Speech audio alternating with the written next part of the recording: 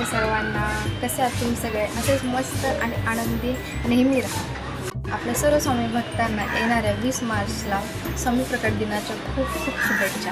स्वामींसाठी छोटीशी खरेदी केली आहे, चला दाखवते तुम्हाला. फ्रीज मॅग्नेट आहे. हे ना फ्रीज मॅग्नेट आहे, खूप सुंदर आहे. आणि हे बघायचं, हे स्वामींचं घर आहे. आम्ही स्वामींच्या घरामध्ये राहतो. खूप सुंदर आहे.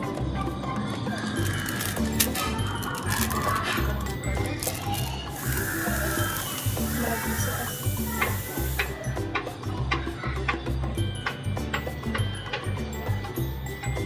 छान आहे फ्रीज मॅग्नेट.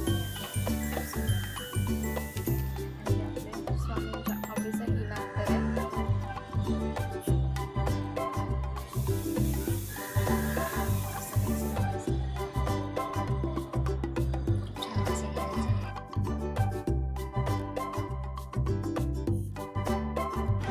मी ना स्वामी चरित्र सारामृताचे ना 3 दिवसाचे पारायण करणार आहे. तर माझ्याकडे पुस्तक काय नव्हतं, हे मी विकत आणलेलं आहे पुस्तक. हे बघा, हे असं नवीनच आहे. जे की आपल्या पिवळ्या कलरचे असतात ना, ते काही दुकानामध्ये नव्हते. आजकाल सर्व असे शॉर्टकटमध्ये वापरतात, त्याच्यामुळे मला हेच आणावं लागलं. हे असे स्वामी चरित्र सारामृत, छोटीशी पोथी आहे याची. खूप छान आहे. हे पण हे नवीनच प्रकाशित झालेलं आहे. हे मी दादरवरून आणलेलं आहे, दादरच्या मठामधून. जेव्हा कधी मी मठामध्ये जाते ना, तेव्हा तिकडूनच सर्व काही देवांच्या वस्तू असते ते आम्ही खरेदी करत असते. त्याच्यामधलंच हे आहे, श्री स्वामीचरित्र सारामृत. 11 गुरुवार.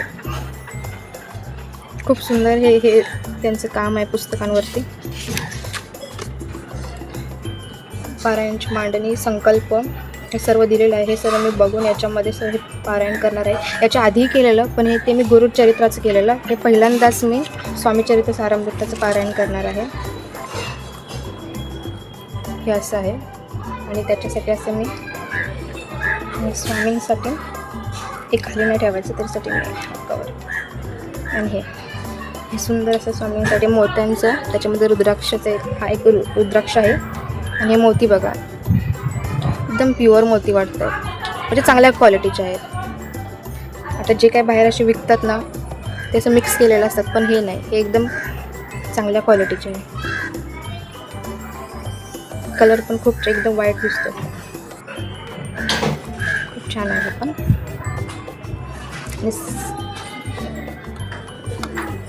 आणि हे कमळ आसन घेतलं आहे, खूप सुंदर आहे. पहिल्यांदाच घेतलं आहे हे मी. याच्यावरती माझी मूर्ती ठेवणार आहे स्वामींची, त्याच्यासाठी हे घेतलं आहे मी. हे असं रेडीमेड आहे. हे अशी लेस आहे गोल्डन कलरचे, खूप छान दिसतं. आणि स्वामींची पोथी ठेवण्यासाठी, हे पुस्तक ठेवण्यासाठी ना कवर, हे असं ना कवर आहे. हे असं खूप सुंदर आहे पण कवर. हे असं केशरी कलरचं आहे. त्याच्यामध्ये हे असं आपलं वाचून झाल्यानंतर अशी पोथी ठेवू शकतो, जेणेकरून कुठेही आपला हात न लागता असं व्यवस्थित आपण याच्यामध्ये अशी असं ठेवू शकतो याच्यात.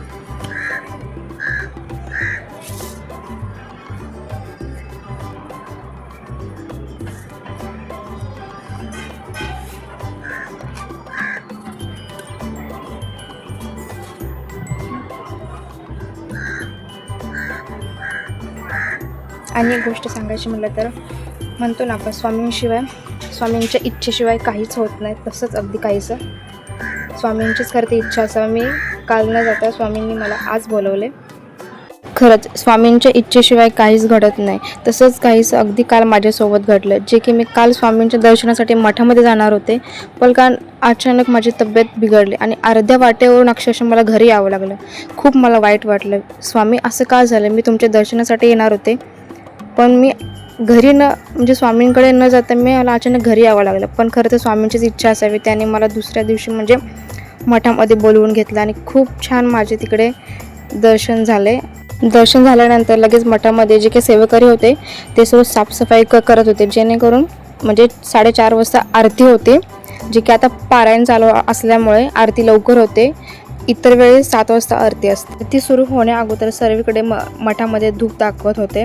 खरं तर हा अनुभव माझ्यासाठी खूप म्हणजे खूप अनमोल होता. गेले 2 वर्ष झाले मी स्वामींच्या मठामध्ये दर्शनासाठी येत होते, पण पहिल्यांदाच असा योग आला की मी आरतीसाठी थांबले होते.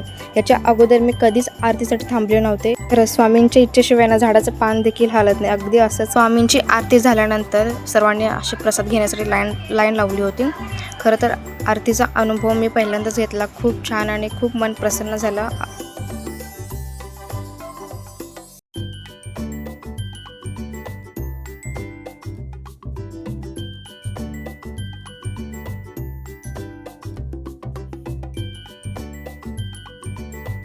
मठाच्या बाहेरच त्यांचे हे सर्व शॉप आहे.